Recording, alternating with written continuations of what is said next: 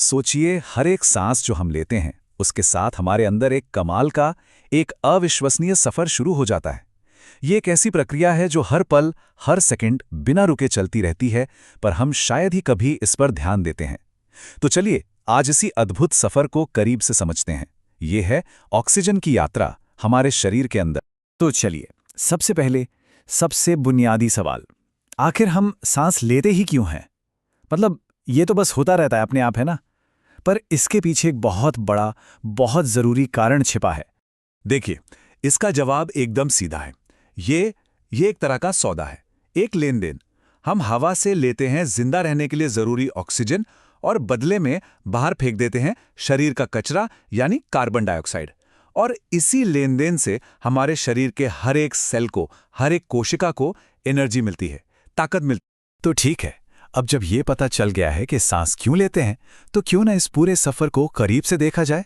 चलिए ऑक्सीजन के पीछे पीछे चलते हैं और देखते हैं कि हवा से हमारे फेफड़ों की गहराई तक का इसका रास्ता कैसा है।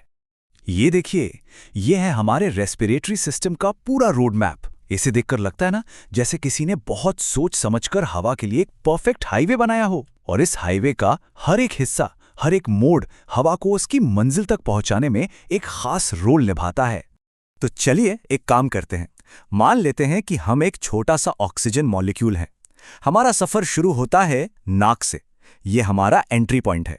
यहां हवा थोड़ी गर्म होती है, फिल्टर होती है। इसके बाद हम तेजी से नीचे उतरते हैं, फेरिंग्स और लैरिंग्स से होते हुए सीधा पहुंचते हैं ट्रैकिया पर, जो कि समझिए मेन हाईवे है। अब यह हाईवे आगे जाकर दो बड़ी सड़कों में बंट जाता है, ब्रोंकाई, और ये हमें ले जाती हैं सीधा फेफड़ों के अंदर। लेकिन सफर यहां खत्म नहीं होता। अंदर जाकर ये रास्ते और भी पतली पतली गलियों में बढ़ते जाते हैं, जब तक हम अपनी असली मंजिल एल्वियोलाई तक नहीं पहुंच जाते। और अब हम पहुंच गए हैं उस जगह पर जहां असली जादू होता है। ये हमारे ऑक्सीजन मॉलिक्यूल की फाइनल डेस्टिनेशन है, और यहीं पर वो सबसे जरूरी लेन देन होने वाला है। ये जो स्क्रीन पर दिख रही हैं, ये हैं वायु कूपिकाएं, जिन्हें एल्वियोलाई भी कहते हैं। सोचिए, हमारे फेफड़ों के अंदर ऐसी लाखों करोड़ों छोटी छोटी अंगूर के गुच्छों जैसी थैलियां हैं, और यही वो जगह है जहां हवा में मौजूद ऑक्सीजन की पहली बार मुलाकात होती है हमारे खून से।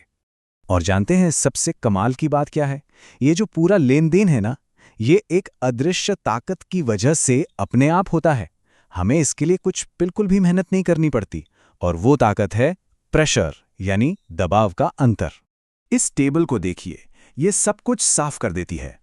एक सिंपल सा नियम है, कोई भी गैस हमेशा ज्यादा प्रेशर वाली जगह से कम प्रेशर वाली जगह की तरफ भागती है।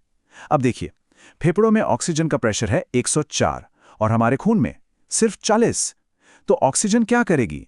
जाहिर है वो फेफड़ों से कूदकर खून में चली जाएगी। और कार्बन डाइऑक्साइड का हिसाब देखिए, एकदम उल्टा।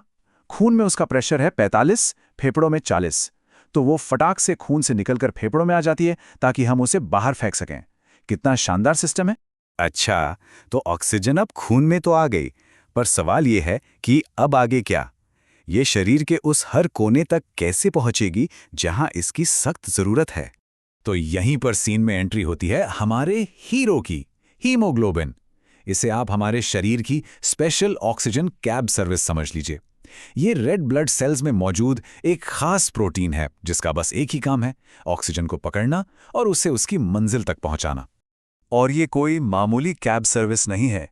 इस चार्ट को देखिए, हमारे शरीर की लगभग 97% ऑक्सीजन इसी हीमोग्लोबिन टैक्सी में बैठकर सफर करती है। सिर्फ 3% ही है जो प्लाज्मा में घुलकर जाती है। मतलब हीमोग्लोबिन कितना जरूरी है। लेकिन मजे की बात यह है कि जब कार्बन डाइऑक्साइड की वापसी की बारी आती है, तो वो एक ही तरीका इस्तेमाल नहीं करती, वो ज्यादा स्मार्ट है। उसका सबसे बड़ा हिस्सा, करीब 70%, अपना रूप बदलकर बाइकार्बोनेट बन जाता है। करीब 23% हीमोग्लोबिन से लिफ्ट ले लेता है, और बाकी 7% प्लाज्मा में घुलकर वापस आ जाता है। एक मिनट, हीमोग्लोबिन तो एक प्रोटीन है, कोई इंसान नहीं। तो इसे ये कैसे पता चलता है कि किस सवारी को, मतलब ऑक्सीजन को, कहां उतारना है? ये कोई गूगल मैप्स तो इस्तेमाल नहीं करता। जवाब छिपा है इस ग्राफ में। ये देखने में थोड़ा कॉम्प्लेक्स लग सकता है, पर असल में ये हीमोग्लोबिन का इंस्ट्रक्शन मैनुअल है, ये बताता है कि हीमोग्लोबिन कितना स्मार्ट है। वो ऑक्सीजन को ठीक वहीं ड्रॉप करता है जहां उसकी सबसे ज्यादा डिमांड होती है। चलिए इससे एक उदाहरण से समझते हैं। मान लीजिए कोई कसरत कर रहा है या दौड़ रहा है, तो उसकी मसल्स में क्या होगा? वहां ऑक्सीजन की खपत बढ़ जाएगी, मतलब ऑक्सीजन लेवल कम हो जाएगा, और बदले में कार्बन डाइऑक्साइड, गर्मी और एसिडिटी ये सब बढ़ जाएगा। बस यही वो सिग्नल्स हैं। ये सिग्नल हीमोग्लोबिन के लिए अलार्म की तरह हैं, जो चिल्ला चिल्ला कर कहते हैं ऑक्सीजन ड्रॉप करो यहीं अभी, और हीमोग्लोबिन फौरन ऑक्सीजन को रिलीज कर देता है। ये सब कुछ इतना परफेक्टली काम कर रहा है, इतना तालमेल, इतनी प्रिसिजन। पर सवाल ये है कि इस पूरे ऑपरेशन का मास्टरमाइंड कौन है? कौन है जो ये सब कंट्रोल कर रहा है, वो भी बिना हमें पता चले? इस ऑपरेशन का हेडक्वार्टर है हमारे दिमाग में। हमारे ब्रेन के एक हिस्से मेड्यूला में एक छोटा सा एरिया है, रेस्पिरेटरी रिदम सेंटर। बस यही है वो मिशन कंट्रोल जो हमारे सांस लेने के पूरे सिस्टम को ऑटो पायलट पर चलाता है। और अब एक ऐसी बात जो शायद कई लोगों को चौंका दे। हमें सांस लेने की जो बेचैनी होती है ना, वो असल में ऑक्सीजन की कमी की वजह से नहीं होती। नहीं, वो होती है कार्बन डाइऑक्साइड के बढ़ने की वजह से। होता यह है कि जैसे ही खून में CO2 थोड़ा सा भी बढ़ता है, खून हल्का सा एसिडिक हो जाता है, और हमारा ब्रेन वो इस छोटे से बदलाव को भी तुरंत पकड़ लेता है। वो एसिडिटी के लिए बहुत बहुत सेंसिटिव है, और जैसे ही उसे ये सिग्नल मिलता है, वो फौरन हमें तेजी से सांस लेने का ऑर्डर देता है, ताकि फालतू CO2 को शरीर से बाहर निकाला जा सके और बैलेंस बना रहे। तो ये था ऑक्सीजन का वो शानदार सफर जो हर पल हमारे अंदर चल रहा है। लेकिन ये पूरी कहानी एक बहुत बड़ा सवाल भी छोड़ जाती है। ये इतना कॉम्प्लेक्स, इतना बेहतरीन सिस्टम जो पूरी तरह से ऑटो पायलट पर काम कर रहा है, अगर कभी इस ऑटो पायलट में कोई गड़बड़ी हो जाए तो क्या होगा? जरा सोचिए।